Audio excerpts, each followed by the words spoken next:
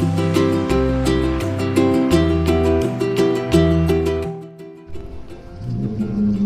day everyone, I am Justin Rose Vargas from Laguna State Polytechnic University's Niloan House Campus.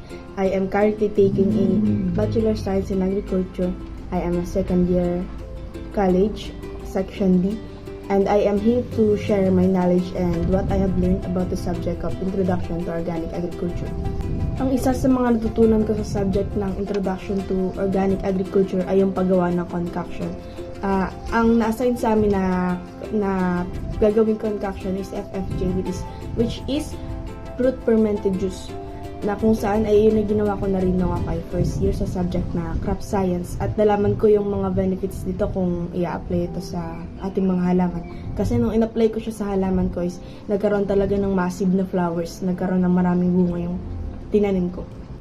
Second is tinuruan kami ni ma'am ng kung paano gumawa ng CRH or carbonized rice hull at kung para saan ang purpose nito. At doon ko nalaman na marami itong paggagamitan, hindi lamang sa pagtatanim, pwede din ito gawin yung substitute para hindi magkaroon ng amoy yung ating mga refrigerator.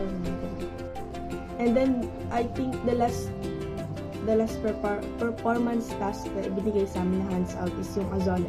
Ano yung pagtutuyo ng azolla?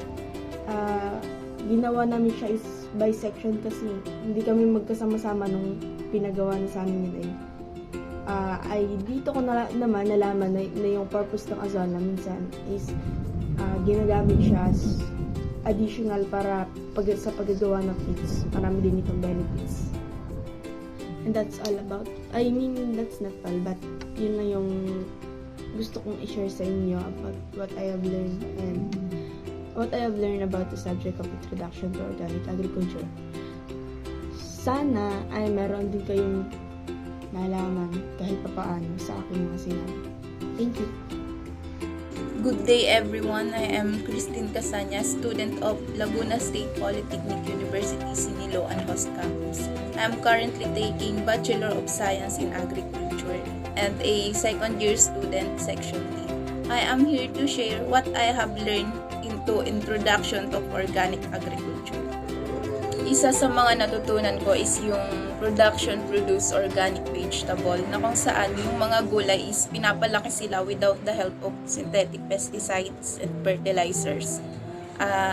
Dahil dito, mas tinatangkilik ng mga consumer yung mga organic vegetable dahil bukod sa healthy, nakatutulong din ito para mailayo tayo sa mga sakit or makukuha natin mga residues, potential na makukuha natin sa mga gulay na conventionally grown.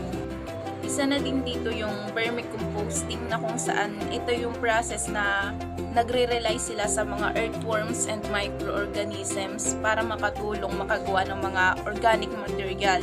And then, i-convert nila ito into soil na nagiging source ng mga plant nutrients. Kabilang na din dito yung sa paggawa ng concoction, kung saan ang nai-assign sa group namin is yung FFJ or fermented fruit juice na ginamitan namin ng iba't ibang prutas. And then ni-ferment namin ng ilang days bago kami naghintay ng ilang days ulit bago i-harvest.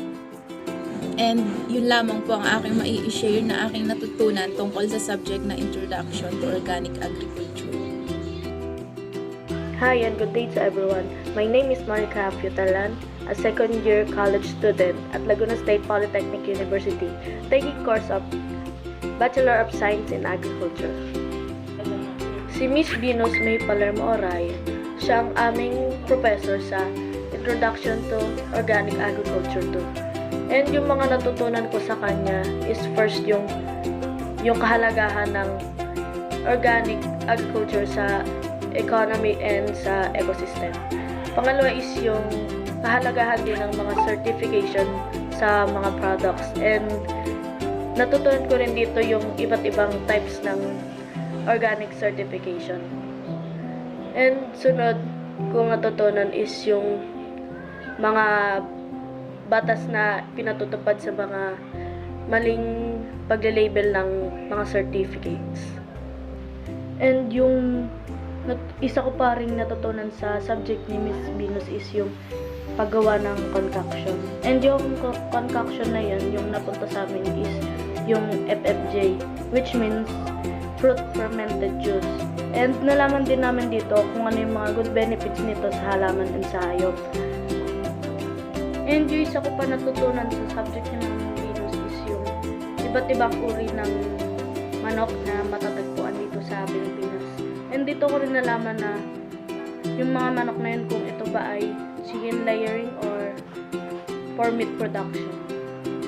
And meron pa ako isang natutunan tungkol sa subject ni Miss Venus is yung iba't ibang uri ng fertilizer na hindi lang sa halaman pwedeng gamitin kundi pwede rin sa hayop. And yun lamang po ang aking masishare tungkol sa aking mga natutunan tungkol sa Introduction to Organic Agriculture.